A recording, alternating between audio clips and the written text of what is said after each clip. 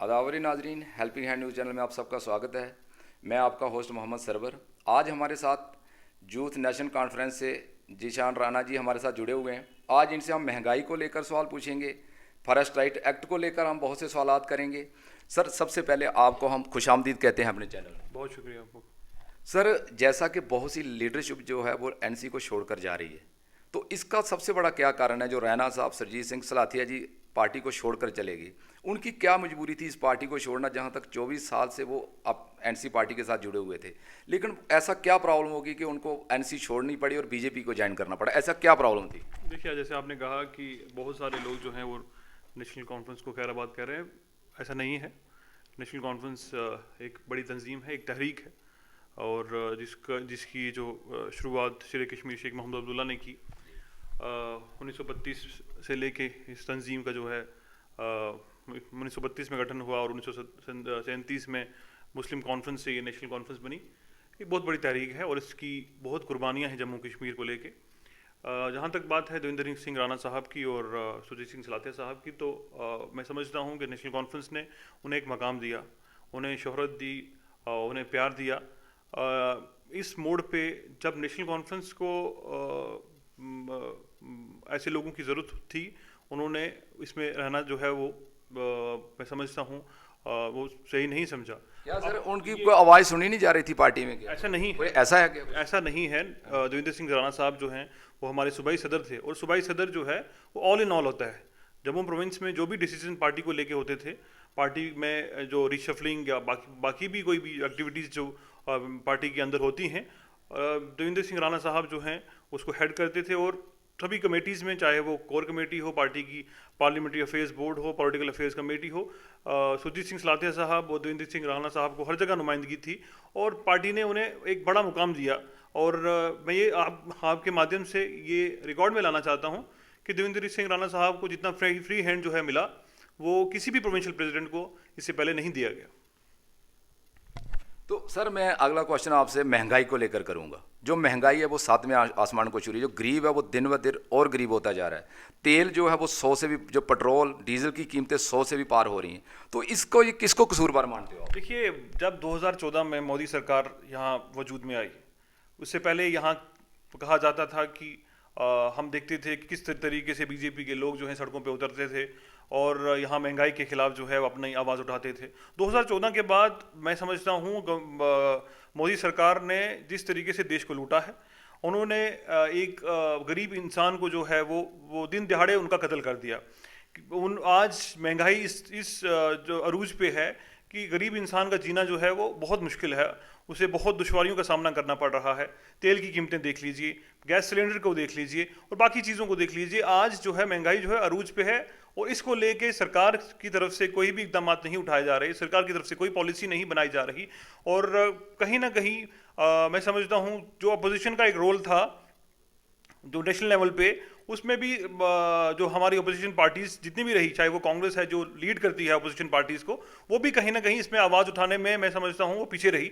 और ये वक्त ऐसा है कि हम सबको मिलके इस सरकार के खिलाफ, बीजेपी की सरकार के खिलाफ और मोदी साहब की सरकार के खिलाफ आवाज़ उठानी चाहिए, और ताकि ये जो हक है गरीबों का, मस्कीनों का, उनको मिल सके। हम जो है जब मनमोहन सिंह साहब की सरकार थी तो मुझे याद है डीजल की और पेट्रोल की कीमत 50 से 55 रुपये होती थी, और पिछले 5 और 7 सालों में पेट्रोल और डीजल की कीमत जो है वो 100 से पार हो चुकी है। तो ये इससे ये साबित होता है कि मोदी साहब के जो वादे थे, जो उन्होंने देश के साथ किया, जो उन्होंने 15-15 लाख रुपए हर गरीब के अकाउंट में डालने की बात की, या हर एक साल में 2 करोड़ नौकरियां देने का वादा किया, महंगाई को ख़त्म करने का वादा किया, काला धन वापस लाने की बात की, वो सारे के सारे जो उनके वादे थे वो झूठे साबित हुए। सर, जहाँ तक बीजेपी का सवाल है, बीजेपी का कहना है कि हमने गुजरों के साथ हमारी बहुत ज़्यादा हमदर्दी है, हमने उनको फॉरेस्ट राइट एक्ट दिया है, हमने बहुत से ऐसे काम किया, डिलिमिटेशन कर रहे हैं, ये नुमाइंदगी इनको हम दे रहे हैं गुजरों को, तो फिर भी आपका इसके ऊपर क्या कहना है? तो ये बीजेपी ने तो फॉरेस्ट राइट एक्ट दिया नहीं, ये कांग्रेस की गवर्नमेंट के टाइम, यूपी की गवर्नमेंट जो थी मनमोहन सिंह साहब की, उस दौर में ये एक्ट पार्लियामेंट ने पास किया। हालांकि जम्मू कश्मीर में जो है वो अब उसको लागू किया गया जब 370 को इन्होंने उसका एब्रोगेशन हुआ, 35A का एब्रोगेशन हुआ, उसके बाद जो है यहाँ पे फॉरेस्ट राइट एक्ट को मिला। हम लोगों को मिला। ये बहुत अरसे से हमारी जो कम्युनिटी है, हमारे लोग जो हैं इसकी डिमांड कर रहे थे। आज देख लीजिए हमारे लोगों की जो हमारे नोमैड्स हैं, हम नोमैड्स जो हमारे लोग जो हैं गर्मियों और सर्दियों में दूर दराज के पहाड़ी इलाके में जाते हैं गर्मियों में और वापस जो है सर्दियों में प्लेन इलाके में आते हैं, उनकी परमानेंट सेटलमेंट के लिए हमने हमेशा से आवाज़ उठाई। और फॉरेस्ट राइट एक्ट भी जो है बनाया गया उन लोगों के लिए जो वहाँ पे जो लोग पिछले जिनके पास अपनी ज़मीनें नहीं है और वो उनके पास अपने माल मवेशी के लिए वही एक जरिया है कि जहाँ पे वो अपनी ज़िंदगी बसर कर सकें। बीजेपी की सरकार की तरफ से फॉरेस्ट राइट एक्ट कमेटी के लिए कि मैं बात करूं तो मैं ये आपके चैनल के माध्यम से इसमें भी ज़ेर गौर लाना चाहूँगा सरकार के कि मेरे सुनने में आया है कि जम्मू कठुआ और सांबा के अंदर जो भी फॉरेस्ट राइट एक्ट की कमेटीज़ बनी उनमें गुज्जर कम्युनिटी के लोगों को शामिल ही नहीं किया गया। जब आप गुज्जर कम्युनिटी की जिस कम्युनिटी के लिए आप ये एक्ट पास कर रहे हैं, जिस कम्युनिटी के लिए ये फॉरेस्ट एक्ट दे रहे हैं, अगर उस कम्युनिटी की नुमाइंदगी नहीं होगी उस कमेटी में तो ये सरासर जो है नाइंसाफ़ी है। मैं समझता हूँ कि हमारे लोग जो हैं अभी भी उनको प्रॉपर रिप्रेजेंटेशन नहीं मिल रही है।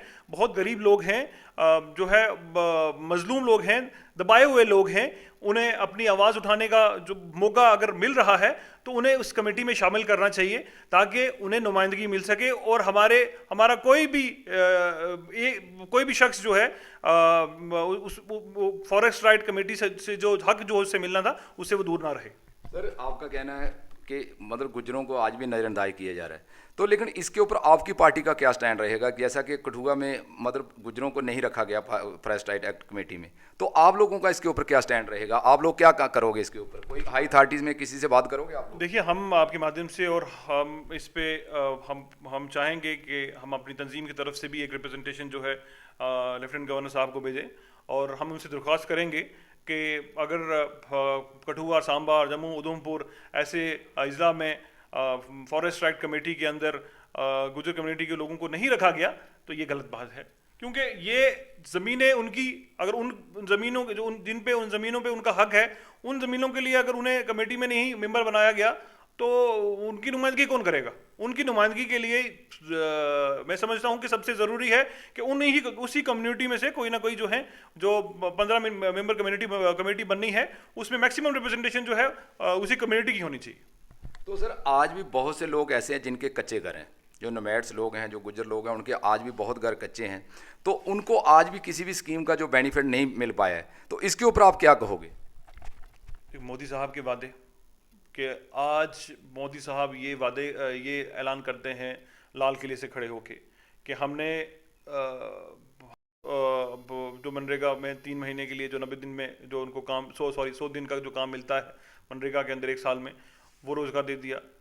यहाँ पे हमने PMAY के तहत जो है खोखले हैं, जो वादे किए सारे खोखले आप देख लीजिए। जम्मू कश्मीर के अंदर ही हमारे पास लाइव एग्जांपल्स हैं, हमारे पास राजौरी पुंछ की एग्जांपल्स हैं, डोडा भदरवाह की एग्जांपल्स हैं, कश्मीर वैली की एग्जांपल्स हैं कि PMAY के तहत जिन लोगों को जिन मकान मिलने थे उन्हें वो मकान नहीं मिल पाए। आज भी 2017-2016 की जो है लोगों की जो है वो किस्तें बाकी हैं, अभी तक वो उनको नहीं मिल पाई। फर्स्ट इंस्टॉलमेंट जो है लोगों को जो मिलनी थी वो नहीं मिल पाई।